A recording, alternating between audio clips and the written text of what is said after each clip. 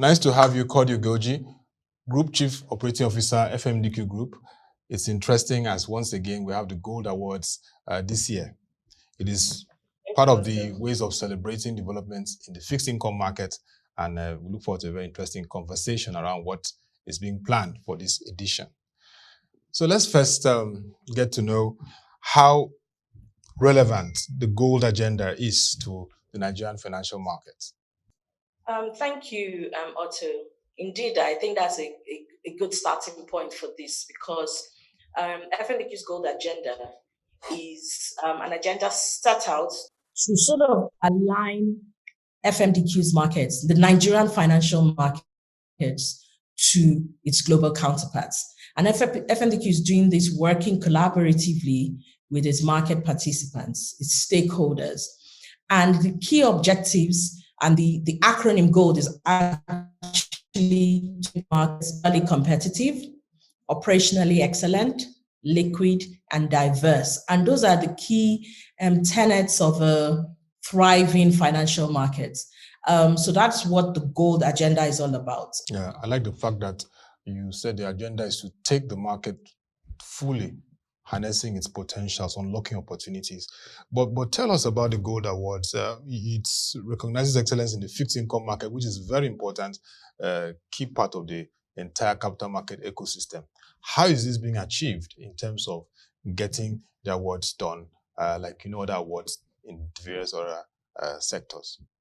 Okay, so the Gold Awards actually covers, recognizes excellence in the fixed income, currencies, and derivatives markets. So it's quite a broad spectrum across FMDQ's markets. Again, just taken from where we started off with the Gold Agenda, the Gold Awards was derived from the Gold Agenda. And we've been working with these stakeholders for the past 8 years. FMDQ will be 8 on November 7, which is a couple of days away.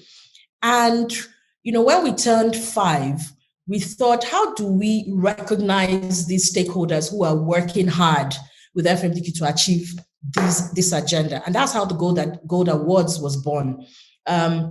We decided we would come up with, key categories within the markets, see areas of growth in the markets, participants who have, worked hard and strived to bring one form of development to the market or the other.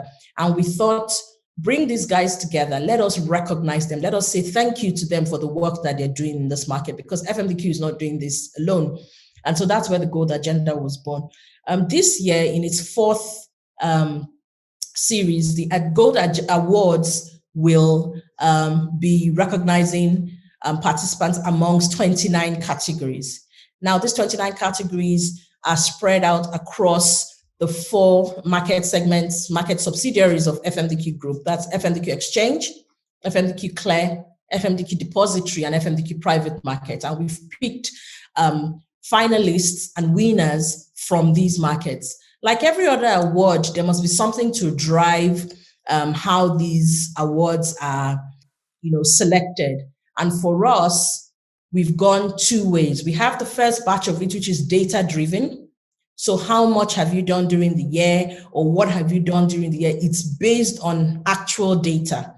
Then we have a second part of it, which we've said to our members and our clients, which are issuers, for instance, on FMDQ Exchange. And we've said, you know what, you work with participants in the market. Tell us who you think should be recognized. And that's the segment we call members and clients' choice. So we have primary and secondary markets, which are segments which are data-driven. And then we have the members and clients' choice, which is where members and clients tell us, look, we like what we've done with these guys. These guys are doing things in the market. You may not have data to recognize them, but we working with them think that they should be recognized. And that's how we've come up with all the awardees for the 2021 segment of the awards. Again, just to make sure that these awards have the integrity that is expected of them, we have these awards validated and verified by Ernst & Young, EY, So they go through a rigorous process of validating the awardees, the winners, the finalists, to make sure that what we've said from the data perspective and from the voting perspectives, are valid. And so that brings that integrity to the awards, because you can then be sure that because they have had external scrutiny from, a big firm such as Ernst & Young, then we can rely on these results. So that gives us that extra credibility. Okay, yeah. Now, what significant milestones in the Nigerian financial markets marked the period under review, which is September 2020? I'm going to say October 2020 to September 2021. What were those significant milestones that marked the market activities then? The big one would be from the SEC, the Securities and Exchange Commission Nigeria, where they registered central counterparties in Nigeria. That is huge, because following the reenactment of CAMA and CAMA 20 into CAMA 2020, and there were enabling rules to support a thriving derivatives market. But one key market infrastructure that would provide the risk management required for a thriving derivatives market is a central counterparty. So that was very timely, and that allows the market to enjoy the full benefits of, the provisions of CAMA, and because they now have a central counterparty to also provide additional risk management to the system. So that was one of the big things that happened during the period. And I'm proud to say FMDQ Clear was one of the CCPs that was one of the CCPs registered by the SEC this year. The SEC also came up with several regulations this year, which definitely have helped to move the market forward. I think another one I would mention would be the establishment of Infraco. Infraco is again envisaged to be a game changer in the financial markets, and we're looking forward to the full setup and activation of this vehicle, because we see the value that it would bring to Nigerians. So those would be two key things, maybe from the regulator's perspective. But from the markets, I think that given that this is a recovery year, we saw, the resilience of financial markets participants this year. We didn't have one day of shutdown in the markets. The markets ran, efficiently throughout the period. And this is testament to the efforts and the, resilience of the market players, in making sure that they were able to continue to perform the activities during the period. It also shows, that the processes that FMDQ has put in place, to help support the market, have also been tested and found to be, efficient. And so that just gives us a good sense of the fact that our markets are still doing well. We can't compare the numbers in the market to prior years, obviously pre-2020. But I can say that we can see a pickup in the market, and we can see the constant efforts of participants in the market to keep making sure that the market stays up. I mean, during this period, we have seen 87 commercial papers and other fixed income securities listed on the exchange. I mean, for a year as this, it's impressive, to say the least. So I think the market participants have shown such strong resilience in the market, and have continued to encourage everyone to give their best, because we're seeing, good progress. Slow, but good progress. Slow but good progress, and of course remarkable the fact that the FMDQ Clear is now on board. At least will be competitive globally. We used to hear a lot about Euro Clear. Now we have FMDQ Clear. So let's see how we compete globally too, and create liquidity and depth for the markets. And let's look at post-COVID-19 economic recovery. Economic activities have resumed as vaccinations are increasing across the world. How has the FMDQ market fared so far? I think it's just a follow-on from what I've said, where I think that the market is picking up.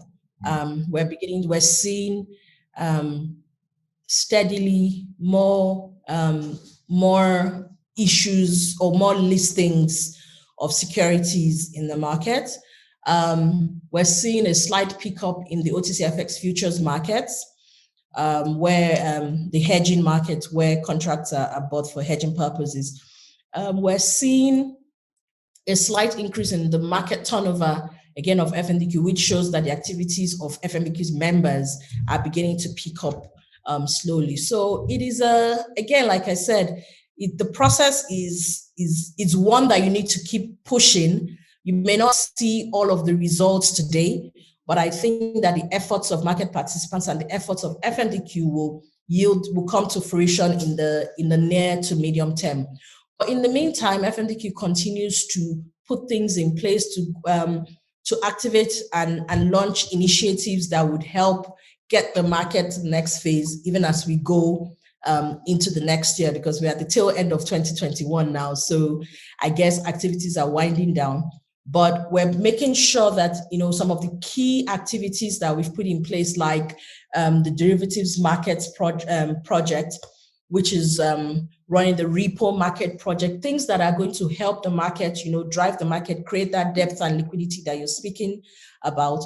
We're putting all of those things in place to make sure that come 2022, we are at a good place to be able to launch this to the market and create, growth depth in the market for the market participants. So whilst things might be slow, there's a lot of activity going on, and there's a lot in the burner right now, making sure that things are being laid out for the next periods. So that's what I would say post-COVID.